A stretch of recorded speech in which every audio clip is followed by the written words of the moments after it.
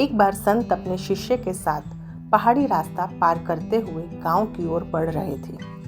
रास्ता काफी उबड़-खाबड़ था, तो दोनों काफी संभल कर चल रहे थे, क्योंकि एक चूक से वो पहाड़ के नीचे गिर सकते थे। धीरे धीरे दोनों रास्ता पार कर रहे थे कि अचानक शिष्य का पैर फिसल गया और वो पहाड़ी से नीचे गिरने लगा। गुरुजी ने बचाने की कोशिश की, लेकिन ये सब इतनी जल्दी हुआ कि उनके हाथ से शिष्य का हाथ फिसल गया। खुशकिस्मती ये रही कि फिसलते फिसलते उसके हाथ में एक बांस का पेड़ आ गया और उसने बांस की टहनी कसकर पकड़ ली।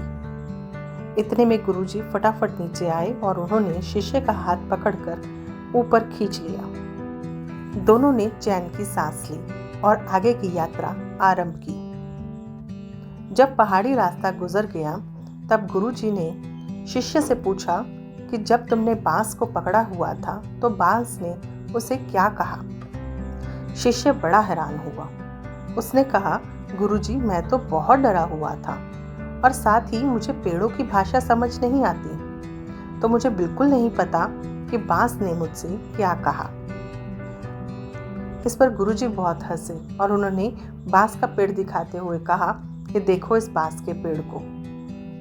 उन्होंने उसकी टहनी पकड़कर नीचे की ओर की और वो एक लचक के साथ नीचे आई, और जैसे ही गुरुजी ने उसे छोड़ा, वैसे ही वो टहनी वापस अपने स्थान पर तनकर खड़ी हो गई। गुरुजी ने ये करते हुए कहा कि तुम्हें कुछ समझ आया?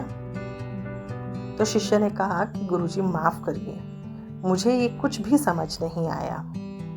तो गुरुजी ने कहा कि चाहे कितना भी आंधी तूफान आ जाए, इसकी लचीली टहनियाँ थोड़ा झुककर आंधी तूफान को सह लेती हैं और फिर मजबूती से खड़ी हो जाती हैं। उसी तरह जब जीवन में परेशानी आए तो विनम्रता के साथ थोड़ा झुक जाए और उस परेशानी से जीवन का अनुभव प्राप्त करें। लेकिन आप अपने आप में टूटिए मत, बल्कि समाधान करने के बाद मजबूती के साथ अपनी स्थिति में वापस खड़े हो जाएं। जैसे बांस को झुकाओ तो वो दुगनी गति के साथ वापस अपनी पोजीशन पर खड़ा हो जाता है।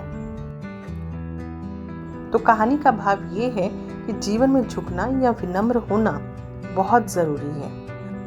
अगर विनम्रता होगी तभी मुश्किलों के बाद भी वापस अपनी स्थिति में मजबूती से खड़े हो पाओगे।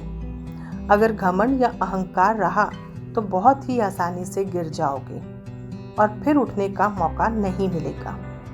इसलिए जीवन में विनम्रता से सीखना और काम करना सीखो। उम्मीद है आपको ये कहानी पसंद आई होगी। अगर आपको ये कहानी अच्छी लगी तो प्लीज़ वीडियो को लाइक करें और ज़्यादा से ज़्यादा शेयर करें। साथ ही चैनल को भी सब्सक्राइब करना बिल्कुल ना भूलें।